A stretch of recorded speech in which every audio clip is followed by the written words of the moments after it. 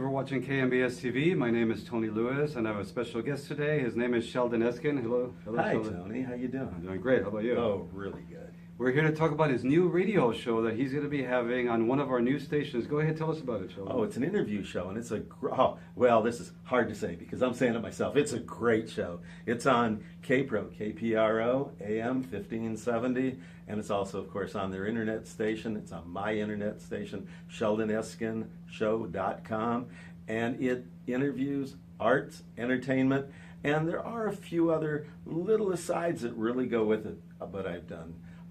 I had one with a great art author.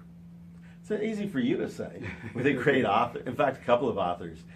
What area does this station cover? It actually goes from, I think it's almost up to Barstow, all the way down past Palm Springs, Rancho Mirage, going down to, I think, Indio. It also goes out to Rancho Cucamonga, all of San Bernardino, and Riverside.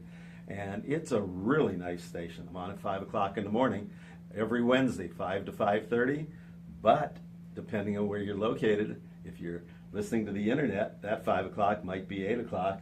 It'll be worldwide, right? Yeah, that's right. The station advertises as a Riverside station. In my Lake Arrowhead home, I got a curiosity, I tuned in, I was able to pick it up in Lake Arrowhead. It's 100 miles away, right? Well, you know, it's a great station. Well, it actually has, if I'm not mistaken, it's 5,000 watts, which is the same as some of your real popular stations right here in Los Angeles. And it's a direct signal that just goes out and very clean.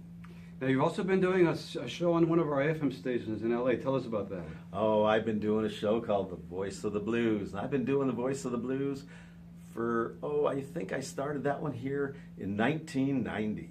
And, well, Tony, you haven't been able to get rid of me since.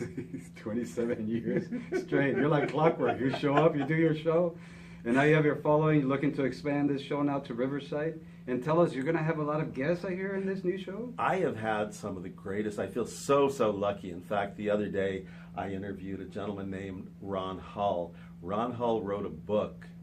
The book was the same kind of difference as me. It was on the New York Times bestseller list, okay, and is coming out as a movie from Paramount in October.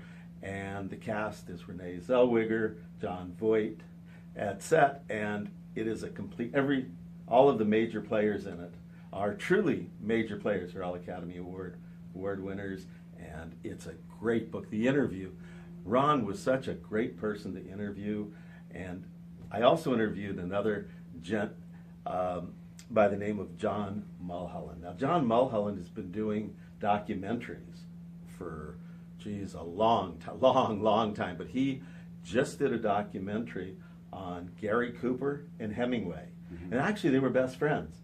And that is was that a great interview? Welcome to the Sheldon Eskin Show with our guest, John Mulholland, the writer and director for Cooper and Hemingway, The True Gem. Hi, I'm Sheldon Eskin, and I'm here with John Mulholland, the writer and director for The True Gem, about Cooper and Hemingway, opposites in many ways, but best friends for a long time. When did you get started doing documentaries? Around 1980. There was something called the Arts Network. It was one of the first two cable stations along with CBS Cable. And I got in at the ground floor. It was really great because no one knew what they were doing or anything. And you do a documentary that could be 37 minutes, and it would start at 8 o'clock and run to 8:37, and the next one would start at 8:38 and go through. And it was a wonderful time to be doing it because there were no rules. I know you did several projects. One of them was Liza Minnelli Reflecting and Angela Lansbury. Can you talk about some of your other work and some of the fun you had doing some of the things you've done? Yeah, the Angela Lansbury came through. I had met her on something else, and I was good friends. He was I've been so fortunate because all of the people that I've been talking to are not only really talented in their own field, but they're nice people. And most of them are really charity-oriented as well. So you got a lot of press junkets with the press card that we give you. Obviously, you're very active with all this stuff. I have, in the 90s, I was using my press pass to, now you have to use it correctly. It's not something you can't abuse. But I wound up at the New Orleans Jazz and New Orleans Jazz and Heritage Festival, where I wound up talking to and actually becoming pretty friendly with Alan Toussaint. And Alan gave me, at the time, his home phone. I said, I want to do an interview. He gives me his home phone number. He says, call me. And so when I start doing these things, and you have to be professional. Right. You're not there for a game. They're not there for a game. They're there for the true purpose.